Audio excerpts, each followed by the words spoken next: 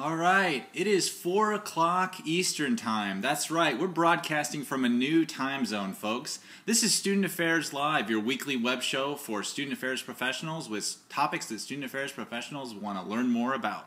I'm your host, Eric Stoller, and today we've got an interesting show. Today is going to be just me riding solo. I suppose I'm like Jason Derulo today.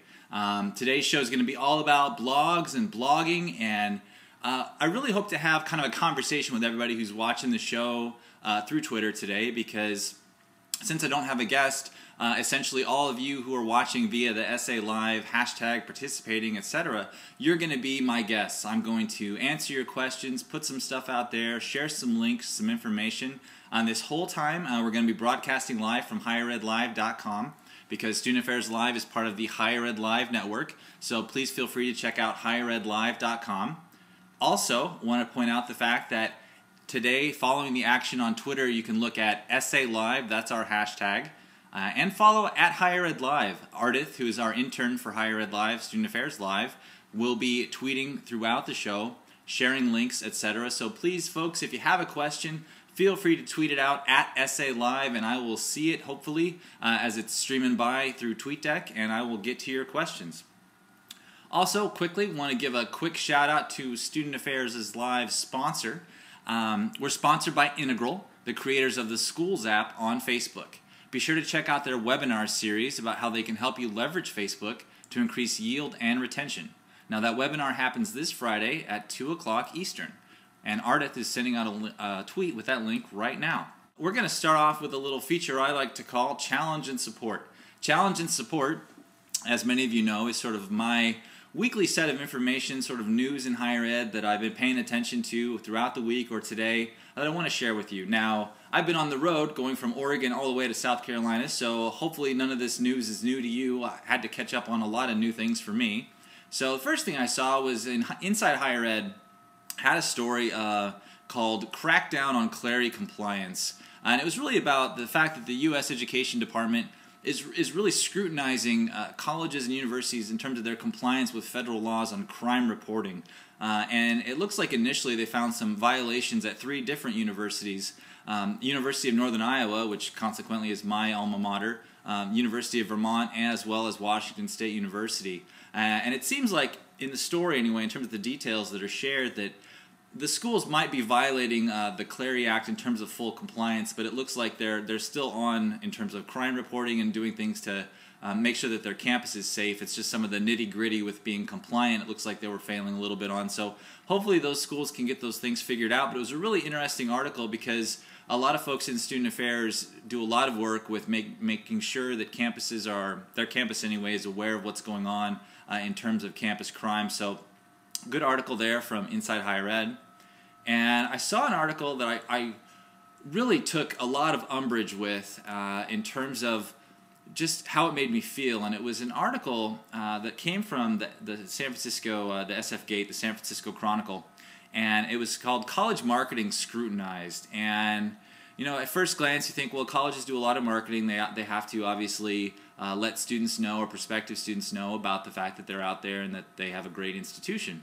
And the article starts off right away with a student, or a prospective student rather, who applied for several top-notch schools because she had been receiving emails and letters and sort of pamphlets, information, that type of thing from those schools. So she thought automatically, well, apparently my SAT score, or her preliminary SAT score, was high enough to get her into those schools, and she applied, and unfortunately she didn't get into any of them. And it really, you know, upset me, because when I first read the article I thought, well, these schools are actively marketing to students, especially to traditionally aged students, you know, who are 17, 18 years old, and their families, and they're kind of wooing them in a way to apply. And a lot of these schools have applications that cost a lot of money, you know, $50, $60, $70, $90 or more. And in some cases, I guarantee you, these schools know that they're going to have a huge percentage of applications, that they're never going to see those students actually come to their campus or be admitted. They're just getting the application money. And it's an interesting aspect of the admissions world, and I really hope that some of the schools mentioned in the article start to maybe cut down on their marketing a little bit, because not everybody, for example, gets into Harvard, and yet if you got something from Harvard, it's kind of exciting, and you might be inclined to apply to that institution. So really great article. I know Ardith is going to tweet it out there here in a second, but take a look at it, because college marketing is something that shouldn't be insidious at all. It should be really exciting, and it should be very authentic, and so I thought that was a really good piece. Another thing, actually, I had to leave Oregon apparently for there to be some interesting news out of Oregon, and this comes from the Academica Group, who I believe I saw this on their Twitter account. The Academica Group is, they do strategic enrollment management work up in Canada, and they tweeted about an article from the Oregonian that there's this bill that went through in the state of Oregon that would require high school students to add a college application in order to graduate from high school. It was you apply for a college, you submit an application to enlist in the military, or you attend an orientation session for an apprenticeship or training. And it's going now to the Oregon Senate, but I thought it was a really interesting piece, because I guess the idea is they think that more students will get into institutions of higher learning if they're applying, or if that's a requirement for high school graduation. And I just don't know what that's going to do, because it's gonna cause people who can't maybe afford to apply to high schools to I suppose attend an orientation session, because it's sort of putting you into a corner. You either apply for a college, you put forth the college application, you submit an application to enlist in the military, and not everyone's going to want to do that. So I guess the attend an orientation session for an apprenticeship or training might be sort of the last resort. So it's going to be interesting to see if that goes through in Oregon, because it's going to set a new precedent, I think, that I personally have never seen before. And I saw this today. This came from Yahoo News, that Yale had suspended one of their fraternities for some really horrendous chants that were occurring during, I believe it was sort of during the pledge process for some members of the Delta Kappa Epsilon fraternity at Yale. And I'm not going to share the chants, because they're really bad and extremely sexist, extremely misogynist, and I just, it's appalling to think that this has been going on as part of a pledge process, because there's so much going on that is good through Greek life, and that this has been going on at Yale for this particular fraternity for so long, apparently, kind of puts a stain on the Greek system as a whole, and it's really unfortunate. So I hope that the folks at Yale really learn from this experience, and that the students involved learn from this, and really get a sense that it's not all right to say those types of things that are extremely derogatory towards women and harassing, and it's just a big issue coming out of Yale. So take a look at that. You can Google it too if you can't find the Yahoo article, because there's just a ton of different articles that are out there. So let's change this up a little bit. Let's try to get a little bit more of a support piece here to the Challenge and Support feature. I was browsing through my email. I've had quite a few after the road trip, and I was browsing through my email, and I saw this from NASPA. It's called "Investing in Our Future" webinar series, quote, "basic level," end quote, "professional competencies for students interested in student affairs." And I thought this was a really cool series that NASPA is trying to put together or launch.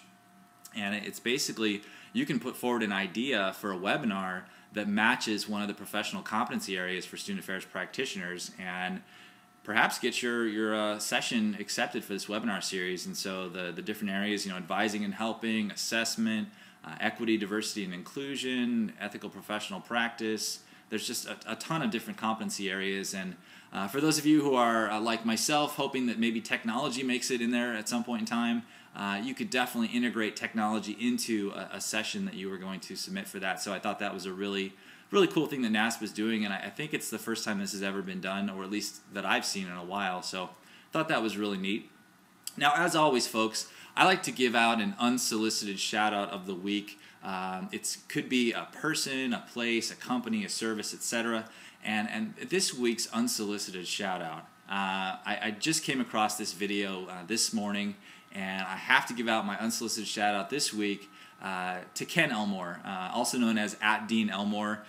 Ken Elmore is the Dean of Students at Boston University, and a while ago I wrote on my blog for Inside Higher Ed that Ken was going to jump in the Charles River in Boston, if the class of 2011 pledged enough for the class gift, if they donated enough monies for this, he would jump into the river. And I think they got about half or more of the graduating class to contribute.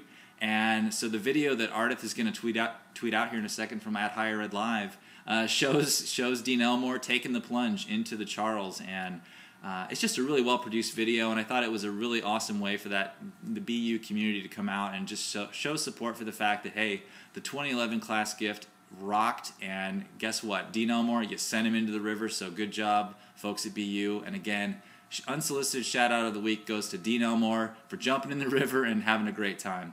Thought it was an awesome, awesome thing. So, today's show is all about blogs and blogging. Like I said, I don't have a guest today, so essentially you all are my guests. So please, please, please ask me questions, and I will provide you with answers based on, my experience in blogging started way, way back in 2004 as an experiment when I was in graduate school. I started blogging, and it was something that I just started doing. It wasn't an intentional sort of I'm going to blog and be a blogger for almost 7 years. I just started doing it. And so I started off as a graduate student blogging, writing about various things, papers that I was writing about. And now I write all over the place. I blog professionally for InsideHigherEd.com. I'm the Student Affairs and Technology blogger. My personal blog, which originally started out at Oregon State University on their servers, is now at EricStoller.com. And I've been writing all sorts of different things there. And the topics can be all over the map, from higher education, technology, you name it, just personal things that I'm interested in, that type of thing, music, whatnot. And it's been interesting to sort of be a blogger for this amount of time, because I feel like sort of the old guard. In blogger years, I'm 175 years old. And it's really interesting to sort of see the evolution of blogs and blogging. And I got a lot of questions today. And I also want to make sure that if you have questions during the show, please feel free to tweet them at SA Live, and I will definitely answer the question as best I can. If I see it, TweetDeck, again, is always flying by really rapidly, so I do my best to check. Also, I'm going to try to showcase your tweets live on the air if I can. I've got a little window here, so let me just show you an example of what I'm talking about here. So if you tweeted at SA Live, it's going to show up here in a second. So you got Nicholas Cole. You just got the little mention right there on the air on SA Live. Looks like he likes the idea of the Investing in Our Future webinar, so that's awesome. Way to go. All right, so I'm going to start off with some of the questions that I was asked as sort of just intro stuff for the show today, and I have a huge list of them, and I want to just point out the fact that when it comes to blogs and blogging, blog because you want to, if it's for your personal blog or perhaps a sort of a professional branding thing that you're working on. Blog about things that are of interest to you, because if you're blogging because other people tell you to blog, it's never going to work. It's like telling someone to go write something and they don't necessarily know what they want to do.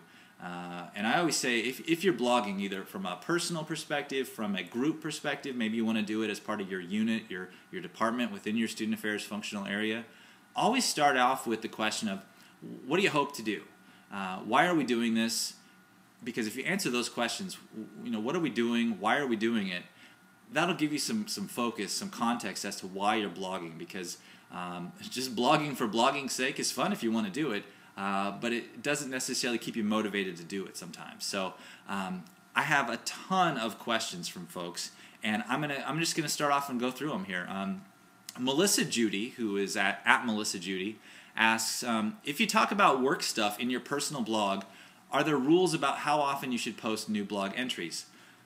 So I took this question to read a couple things. If you write about work stuff on your personal blog, you better be careful. I'm just cognizant of the fact that you're writing about your work stuff on your personal blog. When I was at Oregon State University as an academic advisor, full-time, I would write occasionally about Oregon State University on my personal blog, EricStoller.com. And every once in a while, I would say something that was a little critical of the university or of a certain area of a certain story. But I would balance it out with stories that were positive about Oregon State. You sort of balance the critiques because things don't get better sometimes unless you point them out and talk about them. But at the same time, I'd also write about the positives at Oregon State. So, if you're going to write stuff about work on your personal blog, use the common sense that you use during the day in the brick and mortar sphere. Don't say things that you would say to a stranger on the street about your work on your blog, because it's the same thing. Your blog can be read by anyone. Anyone who's on the web, anyone who's searching for things can read what you say. And in terms about how often you should post, it's up to you. If you feel that you want to have a new post per week, put up a new post per week. If you feel that you're going to blog whenever sort of the energy is right and you feel it's something you want to do, then that's when you should blog. It doesn't matter if you blog once a month, once a week, every other day. It's up to you, and it's definitely a personal preference.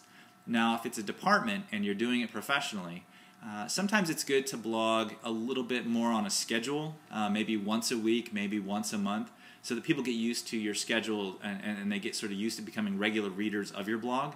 I found that if people are used to you posting on a certain frequency and then you stop doing that, that they'll start to email you. For example, I've had people email me and say, "Why aren't you writing more? Put some more stuff on your blog." So professionally, it's good to have a schedule. Personally, it's still good to have a schedule if you want, but again, don't feel pressured to sort of meet some expectation that isn't necessarily your own. Heather Gasser actually asked a question. I hope I've addressed it a little bit. Is, are you going to address models for blogging for an organization or just individual blogs? I'll hit this a little bit in terms of organizational blogs via either department or a unit or a team. You can do all kinds of things with this, because with multiple authors, for example, the Student Affairs Collaborative blog is a multi-author blog site. It means that there can be a lot of different people writing on it. You can have a lot more articles contributed that way. However, it is good to sort of have a schedule, or at least have someone sort of staffing the ship, so to speak, so that not everyone's posting their articles at the same time, because it can be a little overwhelming if all of a sudden the site is inundated with multiple posts from different authors. The other thing too is with different blog applications like Blogspot or WordPress, you can have different levels of control. You can have administrators, people who just are writers essentially, contributors. So you can have people who are checking in on different posts before they go live, sort of an administrative process, and a post goes in the queue and then it's approved later on. And Matt Deeg, I think, asked a really good question. Curious about Blogger versus WordPress versus Tumblr and any other things that he missed, especially why Tumblr. Well, in the blogging world right now, the two biggest blogging platforms are Blogspot, also known as Blogger, and WordPress. I looked at the stats on the web right now, and in terms of overall traffic, Blogger is 13th overall, and WordPress is 18th. So they're really big. Tumblr is a different kind of site. It's sort of like in between full-fledged blogs and Twitter. So it's shorter than a full blog post, or shorter than sort of your standard blog style or format, but longer than Twitter. And today I'm going to really focus more on Blogger and WordPress a little bit. And even then, I think I'll focus more on WordPress because I'm a little biased. I've been using WordPress as my blogging platform since 2004, since the beginning. And I found that the self-hosted version off of WordPress.org is an amazing way to sort of run your blog. WordPress.com, though, is another great way to do it. And I think they just passed over 20 million blogs now are running off of WordPress.com. So a lot of different cool things coming out of WordPress. Let's see, a basic question from Susan Coles. Do you think there's an audience for every blogger? And how many bloggers can there be for one topic before it's too many? Well, institutionally, if you're writing for your department or your student affairs unit, obviously you're writing for your audience, which is your students most of the time, and it can be about policies, procedures, events, leadership opportunities. So you're very targeted with your writing, and it's very focused. When it comes to a personal blog about anything that you want to write about, for example, let's say you want to blog about Red Bull, weekly posts about Red Bull, then, there's probably an audience that's going to want to read that. But again, you'd be surprised how many people there are who want to read about different topics. I mean, if you Google a topic, there's probably a blog about that topic. It's pretty amazing. actually. Let's check in on Twitter here, see how we're doing. All sorts of stuff here. And it looks like our hashtag's getting bombed just a little bit. Oh, if you're asking for the link for SA Live, I hope Ardith is tweeting that out. Again, Ardith, if you could tweet out the higheredlive.com/live link, that would be great so that folks can see it. Let's take a look here at some of the other questions. All right, looks like we're still getting warmed up about things here. Okay, yeah, here Heather Gasser, I think, makes a really good point. I'm going to put that up on the screen. One of our issues is student bloggers have left for the summer. We're trying to keep our voice authentic and still keep going. And that's an issue that almost happens all the time universally with just the web in general. When student workers leave, if they're working on your website, who has the keys to the car per se? Same thing with the blog. But the thing is, if students go home for the summer, the blog can go on hiatus because a lot of times the readers are going to go home for the summer as well. Or what you can do too is you can actually just preload posts in advance. If you know that you do maybe 2 posts a month on your sort of functional area blog, then have some folks write up those posts in advance and just save them in the queue. That way you can keep posting throughout the summer even though they're gone. And that way you keep the readership going and you keep the interaction going. Oh, Mo Bean MT asked a great question here. What are some of the best ways to boost your readership? And I think that is an awesome question.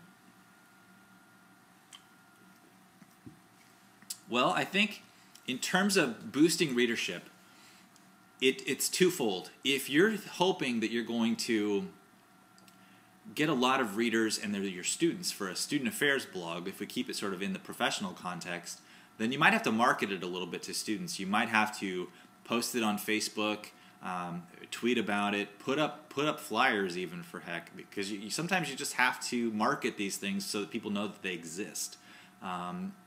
Put it up on your website, link to it, that type of thing.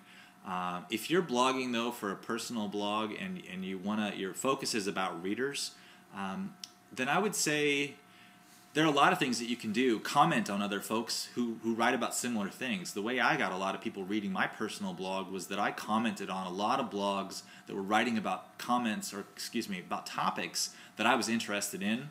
And so we sort of cross-linked and sort of cross-pollinated each other's sites with our links to our blogs. That's a great way to increase readership. But again, you tweet about it, you put it on Facebook.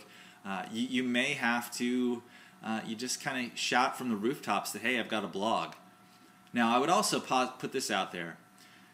When I started in 2004 putting out posts, it wasn't about readers. It wasn't about the number of people looking at my site. It wasn't about my web stats. It wasn't about comments. It was about I was writing because it felt like it was a cathartic exercise. It was a good way for me to sort of increase my overall just ability to get the word out about topics that I thought were interesting. So sometimes you're not necessarily writing for readers or writing for comments. I think if you're writing for readers or writing for comments, then you may want to go blog for a site that's doing that, like an Engadget or something, or a site that's all about pushing content out to try to get people to come back and read from almost like an advertising perspective.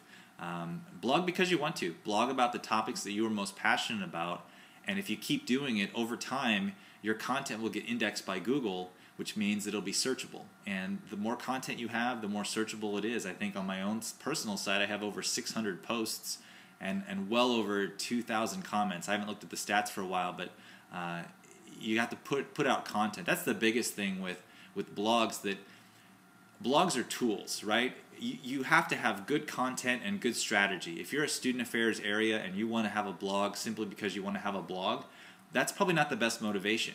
Start with the question of what do you hope to do, what do you hope to accomplish, and how can a blog help you reach those goals? That's how you sort of keep the motivation going and have a blog that's meaningful and purposeful. Let's keep checking out the stats here, or on the tweets. What plugins do you recommend or feel are must-have for WordPress?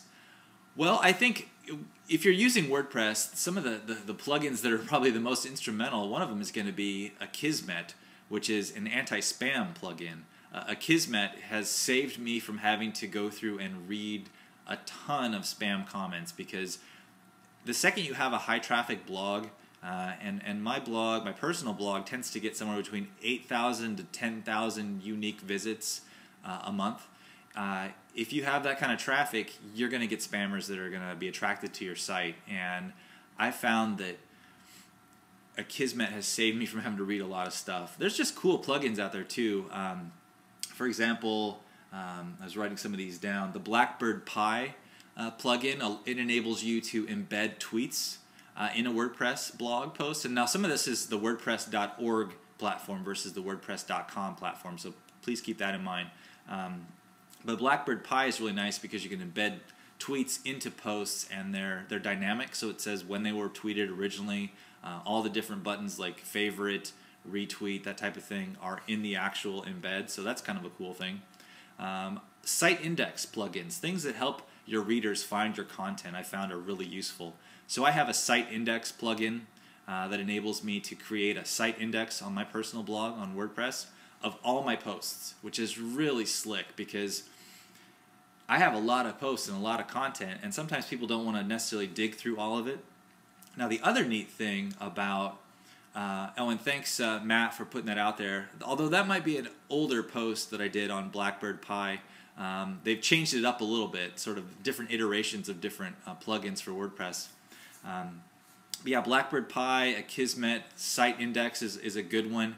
One of the cool things too about WordPress, and this isn't going to necessarily be the WordPress only show, is it's really optimized or search engine friendly. A lot of the websites that our content management systems make for us for our universities aren't necessarily optimized right out of the gate for content searching.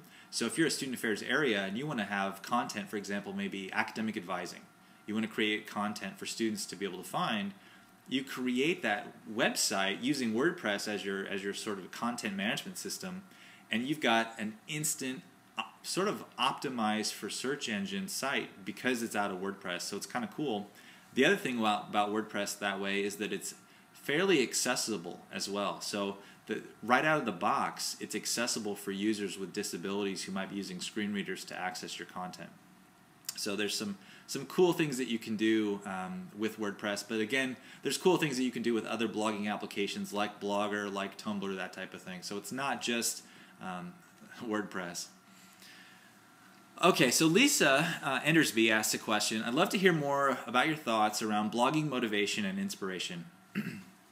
Well, I think I can answer this best from sort of two different perspectives. So one of my hats is that as a paid blogger for Inside Higher Ed, I have to write at least 2 posts per week. My motivation, if I don't write, I don't get paid. So that one's fairly easy, right? It's a fairly sort of Maslow's hierarchy of needs.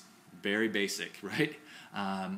However, my other blog, ericstoller.com, been writing on that one for almost 7 years, and the motivation, it comes from within. It's an internal thing.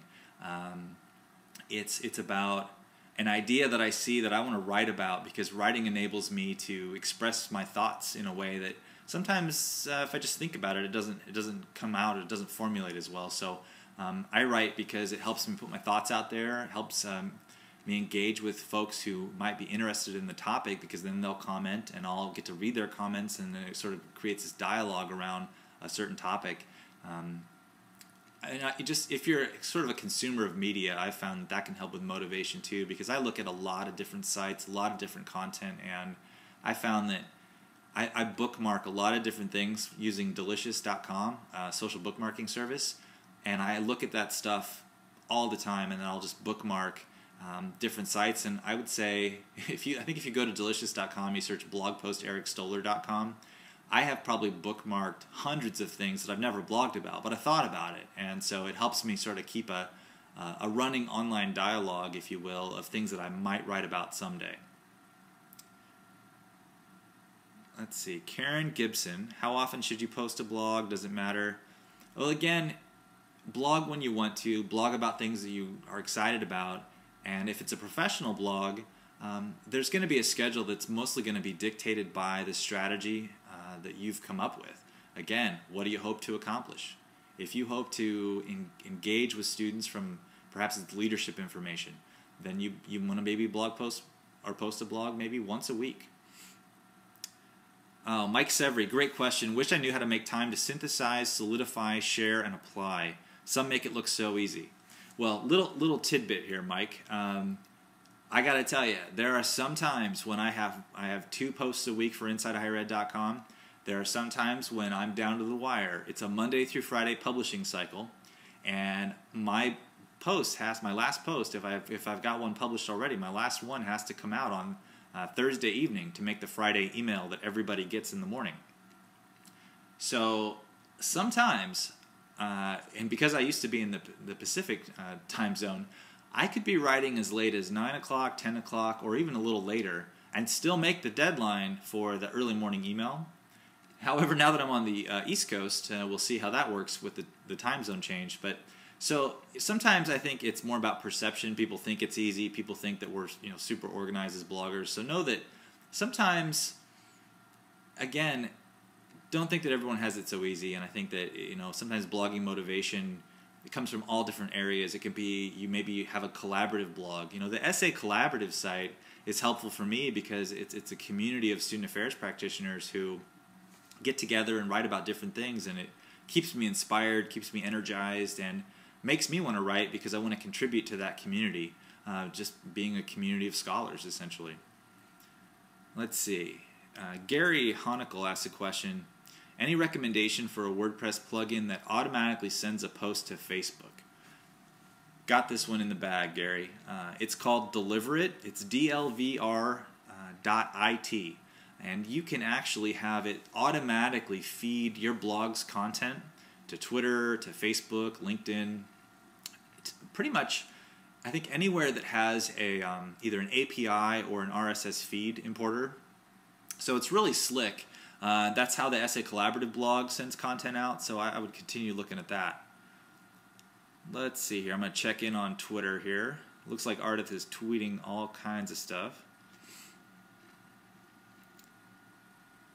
Keep going here. Looks like... oh, here we go. Looks like Nicholas has something I want to share here online. Was Jetpack by WordPress.com mentioned? You can get some of those same features on your personally hosted blog. That's a great point by Nicholas, is that the cool thing about WordPress, which, by the way, powers a lot of different sites. I think CNN for their blogs uses WordPress. I want to say the New York Times does as well.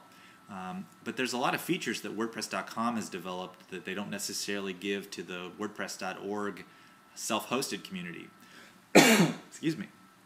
And Jetpack is one of the cool things that you can get to from WordPress.com, but you can get it on your WordPress.org blog, and you get all sorts of features automatically. And so it's a really cool plugin because I think it's the first of its kind where every time WordPress.com updates the Jetpack plugin, your site automatically, if it's a self-hosted version, gets that update automatically. So it's really cool. This is kind of one of the first things that I think, first kinds of plugins that I think WordPress has made that really does some neat things. Looks like folks are, so what's the favorite ways to follow blogs? Let's see, I want to make sure I give folks the props that they deserve here for their questions. Looks like that came from Matt Deeg, asking a question about how do you keep up with blogs, that kind of thing. And someone asked or pointed out in an article, something along the lines of blogs are dead. And I always say it's sort of like when people say email is dead. I'll use this with blogs as well.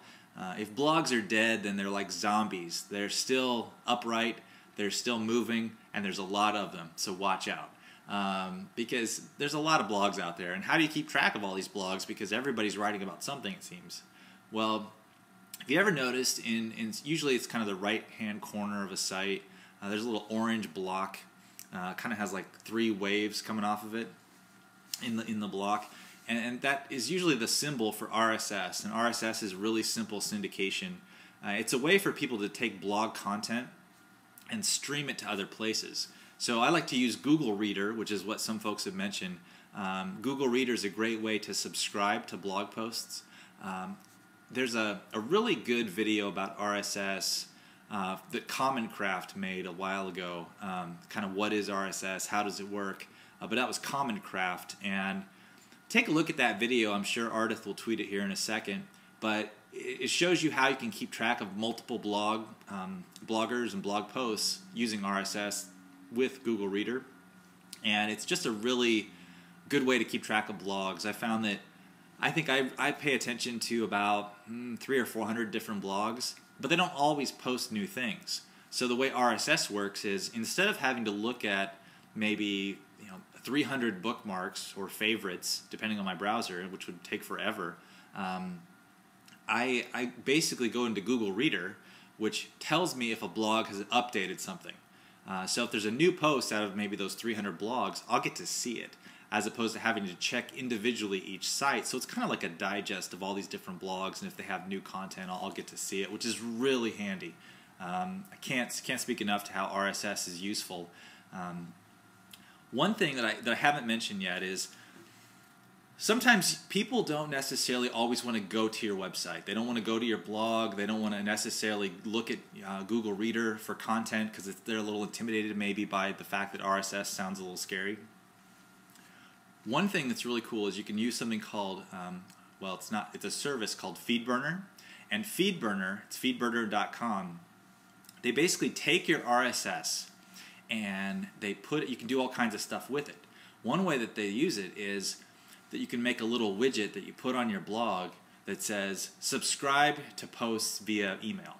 So then what happens is whenever you post something new on your blog, an RSS file is automatically generated, right, for your blog. And what happens is that gets sort of pinged out to FeedBurner, and FeedBurner will automatically send people who have subscribed to email an email every time you post something. So instead of having to go to Google Reader or look at your blog each time, they get an email whenever you post something, which is really convenient because you could say, well, we're going to subscribe all of our first-year experience students to this one blog, and they could have them input their email into this FeedBurner subscription service. So then every time someone posts something, they get an email. So that way it comes to them versus they have to go to it. And it looks like J.D. Ross says to me, a great resource for today's broadcast would be NUNESS class, a class on blogging at Syracuse University happening this week. So see, there are still classes out there about blogs and blogging. So a lot of folks are still blogging, a lot of resources out there. Looks like I got another question about readers, to get more readers. I'm going to put this up here if I can. A couple different questions. By the way, Nicholas Cole is just tweeting up a storm with all kinds of good questions. But I want to hit, it's Fred's question first. When it comes to trying to sort of gain more readers, you have to post a lot, which helps with your searches. I'd say the majority of my own personal website, my personal blog traffic throughout the week comes from organic Google searches for a variety of bits of content. Because the more you post, the more content you have out there, because blogs are all about content. Text, images, video, you put it out there and it gets indexed, and that helps with those organic searches, and that's where you're going to get a lot more folks coming into your website, not because you told them, but because they came organically on their own. Again though, if you post something new, put it up there on Twitter, share it on Facebook, get people to subscribe via email, because that can make it really easy for folks that aren't necessarily into RSS. Maybe they're not checking out Twitter, maybe they're not looking at things on Facebook, but they might be checking their email. So it helps if you have a strategy that hits where everybody's at. You sort of reach folks where they're at using all the different means at your disposal. And it looks like Nicholas asks, what about those sharing bars for social networks? I personally am against them, but like hearing other viewpoints. Well, I would say there's really nothing wrong with having a social sharing set of links on your blog, because if I read something that's interesting and I think it would be really useful to share with the community of folks that follow me on Twitter, then I'll share it. And if there's a sort of tweet this button on a site, it's really handy because then I can just tweet it out there really quickly. Automatically, sometimes it'll shorten the link, which is really convenient, and then boom, the whole community of folks that are perhaps following me or perhaps following a certain hashtag get to see what I just tweeted. I use the combination of folks tweeting things from blogs to keep track of all sorts of things, from current events, news, you name it. Thanks, Ed Cabellin, for saying that I'm pretty good. You are also very good, sir, yourself. Let's see here. I want to get into a little bit more of the questions here, but it looks like some folks might be having some issues. Unable to watch / listen, but has anyone asked how often one should post and how long should a post be? Well, I definitely answered the question about sort of how often you should post, but how long a post is going to be, that's a good question, Gary, so I'll definitely answer that one.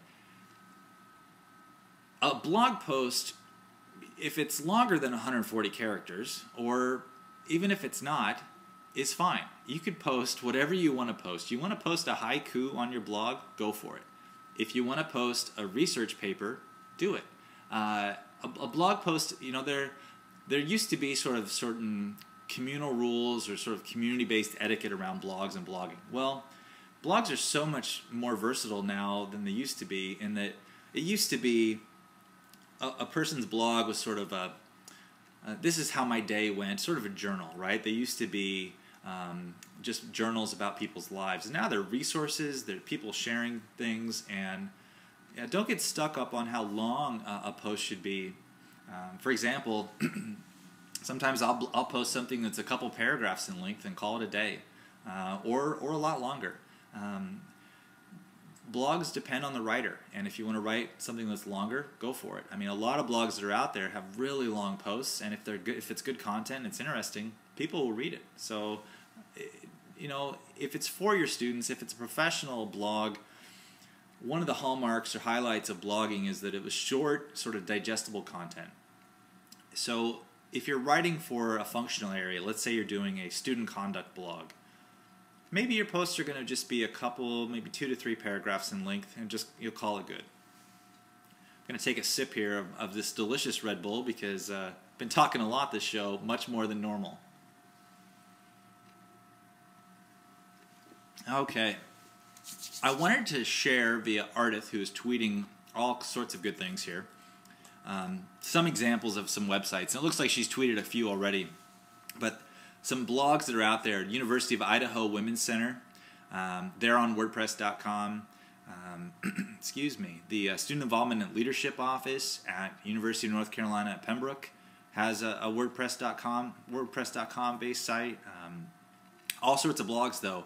MIT Admissions, they've been putting stuff up on the web forever. They have a ton of bloggers, students, staff, all sorts of people blogging from their admissions office. So if you're in admissions or you just want to see what sort of a group blog looks like, MIT Admissions puts a lot of good stuff out there, and their students are just writing about their day. I've gained a lot of insight about sort of the daily goings-on at MIT because of this blog, and one thing that it's nice about it is that it helps you sort of gain insight into the community at MIT in a way that if you're a prospective student or you're a parent or perhaps you're looking to apply for a job there, gives you some insight into sort of what the campus community is like, and I love that blog for that aspect.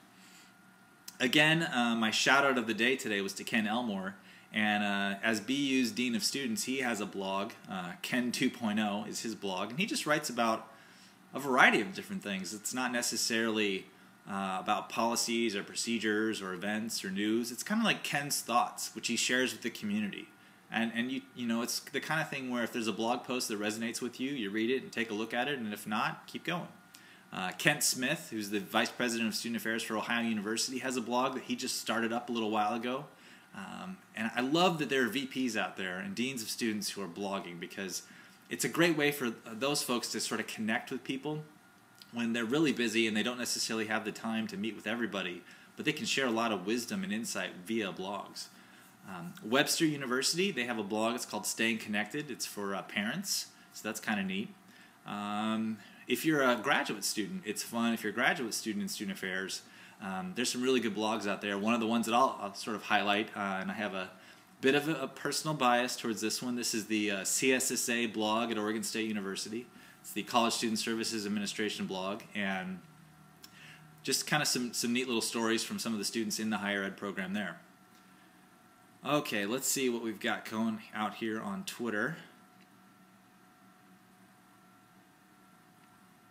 Lots of questions. Let's see. Looks like Ardith is tweeting up a storm with the @HigherEdLive hashtag here. Oh, right. Nikki Rudolph points out that I should not forget, and I definitely won't. Don't forget @Sissy Petty's DP Daily's blog. Sissy Petty is the Vice President of Student Affairs at Loyola in New Orleans, and she does some really cool stuff with social media and blogging as well. So there's just a lot of folks out there who are blogging. So I really want to just make mention of the fact that if you're interested in blogging, there are tons of people out here who can help you. You can ask questions. Don't be afraid to ask questions. I used to break my blog so many different times.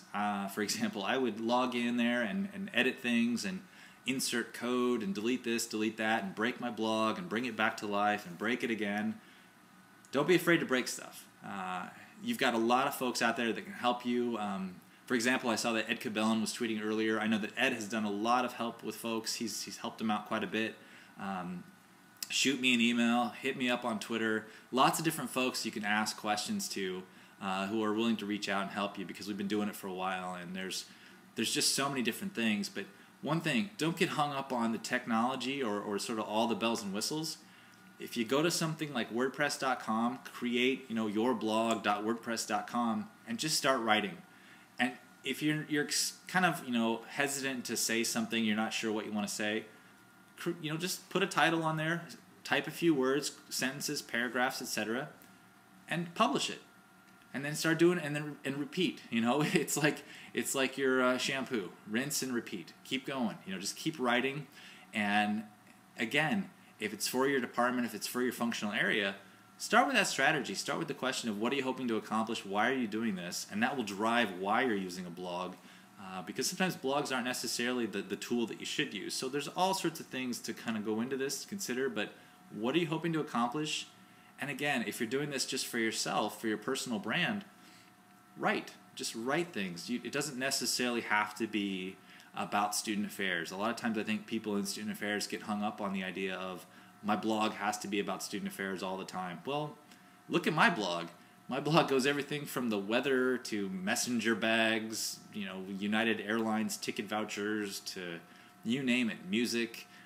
Write about things you're interested in, and that'll make it a little easier for your blogging.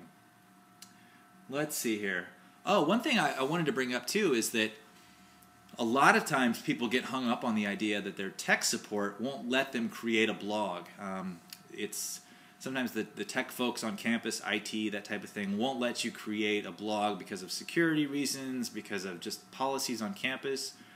So a lot of folks have gone to something like Blogspot or WordPress because it gives them the opportunity to create a blog that's sort of outside the confines of just the politics sometimes that are driving the fact that they can't do it at their campus. So if you want to create a blog for your department, don't hesitate to create it at a WordPress.com type site, because what you can do is you can always have it there for a while, and if you create it and start writing, putting content in, let's say you get approval down the road, you can export your blog's content and import it to a blog that could be hosted within your university's .edu domain, which is really slick. So start blogging, start writing, and you can always import your content later.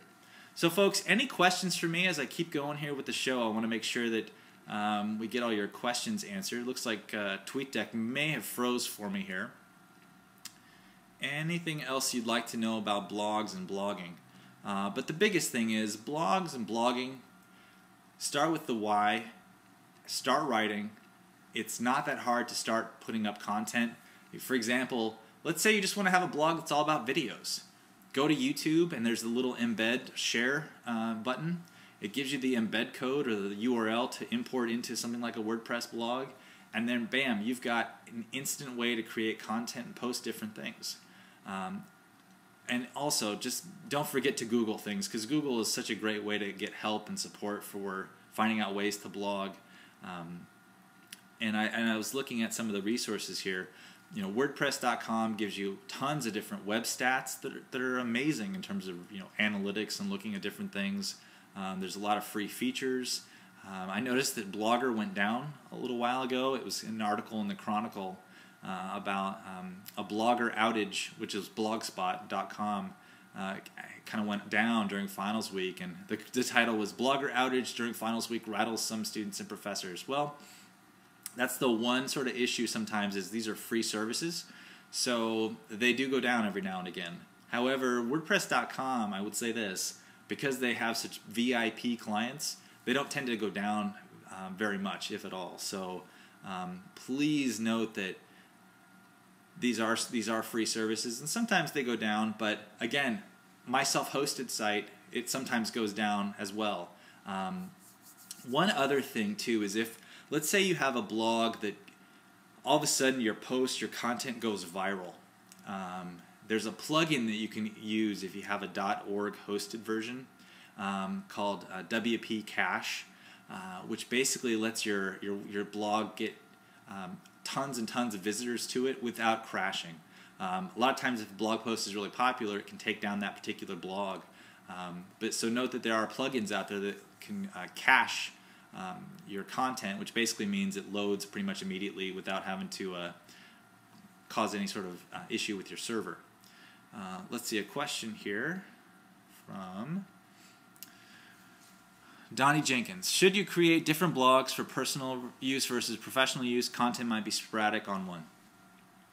And you're very welcome, Sports Girl Cat, for the shout out to Dean Elmore. Again, you do really good work out there. Or I guess I'm on the East Coast now too, so it's not really out there. You do really good work here. I don't know. I've got to get used to this whole East Coast thing. So the question though about should you create different blog for personal use versus professional use, that's similar to a question that came up when I had Jeff Lale on the show. We did a show about professionalism and social media. It's a personal preference kind of thing, personal or professional preference kind of thing. If you want to have it all in one area and sort of just blog as yourself, it's professional, it's personal, it's a mix of everything, go for it. That's what I've been doing for 7 years. And honestly, I can say this, that if I hadn't been writing a combination of things for my blog, I probably wouldn't have gotten the gig for Inside Higher Ed, because I probably wouldn't have written as much. Having a blog that was a combination of personal things, I wrote very passionately about social justice issues on my blog. If you look at some of my posts, there's a lot of social justice posts on there. There's a lot of student affairs and technology posts. One summer there was a severe amount of flooding in my home state of Iowa, and I was posting like once a day, if not more. I wrote more content in that 1 month, I think, than I've ever written in a single month anyway on my blog, and I got a ton of traffic because of it, because I sort of became, even though I was in Oregon at the time, and a source of information for people even in Iowa for information about this. So again, if you're a blogger, you can kind of become sort of a citizen journalist. So blogs are so versatile. I mean, I'm writing about technology and student affairs now, but again, my personal blog, it's a mesh, a buffet really of personal and professional things. So that works for me. And if that doesn't work for you, that's totally acceptable. It's not a black and white issue. It's not a if and only kind of thing. You can write professionally, have one blog that's professional you, and you can have one that's personal stuff for you too. I've just found it's a little easier if you have one site to rule them all. I know I try to insert one Lord of the Rings reference in every show, so I guess that was this one. Any other questions before we wrap up today's show? The hashtag again is SALive. The topic today is blogs and blogging, and I know that we've gone over quite a bit of things so far. I know I've spit out a bunch of jargon and techie stuff, so if you have a question, if there's something I went over too quickly, or you wanted more about, this is your chance to ask that question, SALive, and I will definitely answer it. Okay, so yeah, Gary Honickel asks again, what is Tumblr anyway? I don't understand it. Ardith can tweet. Actually, Ardith, could you tweet out the link to the Higher Ed Live show on Tumblr? Seth Odell did a really good show with Betsy Solar on Tumblr, kind of what is it, how could you use it.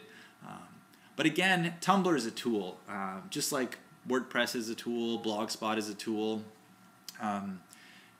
Blogs are tools, and you get out of them what you put in. And so I sound like a broken record, but Tumblr could be useful in sort of reaching students or faculty or staff or a certain community, because it's sort of nimble and it's light, and it's really Tumblr is a quick way to put stuff out there. You can post videos, post bits of text, but it's not a blogging platform per se, because it doesn't have all the features necessarily of a blog, but it sort of fits between blogs and Twitter, sort of in between that space. So any other quick questions here before we wrap up the show? Looks like, yeah, Ardith's blog is personal, plus she has graduate student stuff on there. And also, I get asked this a lot about comments, because people think that it's either all or nothing when it comes to comments. You either have to turn them on, thus anybody can comment on your blog, and then you never know what you're going to get. You could get comment trolls or things that you don't want to read. You can set it up on your blog in a way that every comment from a new commenter is moderated. That's the way I do it on my blog, so that if you've never commented on my blog before, I get to read your comment behind the scenes before I approve it. And if you say something that I don't necessarily want on my blog, or I've had people try to put really derogatory comments through on my site, I'll just delete it or mark it as spam, and then you'll never be able to get through as a commenter. So that's a great way to moderate comments, and I would definitely say that you want to do that kind of as a best practice anyway, especially if you're doing a departmental blog or student affairs blog. I know that Oregon State University actually has a multi-user WordPress system, so that anybody can create a new WordPress blog based on the Oregon State servers. But the only way you can comment on those blogs is if you have an Oregon State ID and password, which is really cool, because then it sort of filters out anything from the outside world, so to speak. So there's all kinds of different ways to set up your blog. So that's the biggest takeaway, I think, is that blogs are extremely versatile, and in the 50 minutes or so that I've been talking about them, I probably just scratched the surface about what you can do with blogs. I mean, I'm about ready to lose my voice, but I got to tell you, there's a lot of different things you can do with blogs and blogging. So I had one more question I think I wanted to try to get to here. This is submitted via email. I was still accepting carrier pigeon notices at the last second here. I recently submitted a proposal/strategy to a regional professional development organization to integrate a blog feature onto the website. It was approved. I'm now the moderator. I'm currently in the process of calling for other members of the org to contribute as well. What I was wondering is, how do I work to establish legitimacy for the blog / my own writing, since I'm a grad student, seeing as I'm still, quote, learning the ropes, end quote. One of the things you can do is start writing, and I would say put a post up and ask for feedback from the more experienced professionals that you know, maybe from your advisor, your major professor, from other members of the organization. You could even float some posts out via email, see what people think about it, and then post it.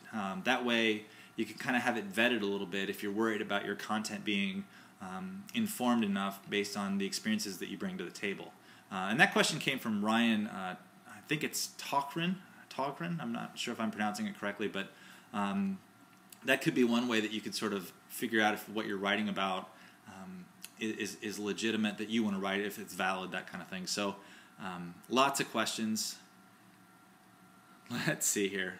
There are definitely, Gary says that there are too many social media sites, and it's true. There's a lot of different things out there.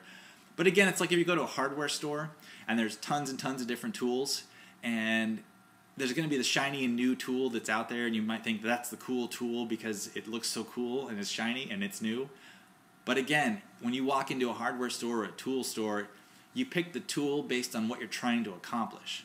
So again, even with blogs, and they're fun and they've been around for a long time, try to figure out ways that you can use them based on your strategy, based on your goals. That way you'll be blogging with purpose.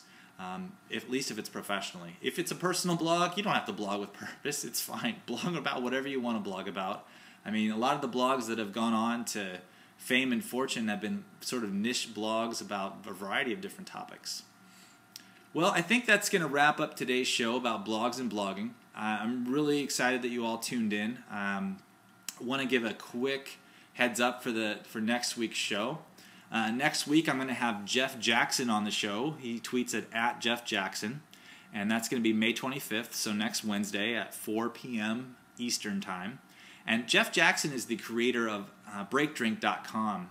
And BreakDrink.com, as a lot of you know, based on my first show, because Jeff was my shout-out of the week, is a great site for student affairs professional development. There are about 10 different websites that I would sort of list in my head if you asked me about who's doing a lot of good things with professional development and student affairs, and Jeff's site, BreakDrink.com, would be one of them. And so Jeff's going to come on the show, and we're going to talk about sort of what are things, where's sort of the state of things now with sort of what I would call alternative professional development, even though I don't think of it as alternative, but it's not necessarily seen yet as in the mainstream for professional development for student affairs folks. And we're going to talk about that, sort of what the future holds for shows like this where we're doing video, or Break Drink where it's a podcast, audio only, and it's a blog. And so Jeff's going to come on the show next week, and we're going to just chat about sort of the future for professional development and student affairs, as well as what the future holds for Break Drink. So as always, folks, my name is Eric Stoller. This is Student Affairs Live. Thank you for watching, and we will see you next week.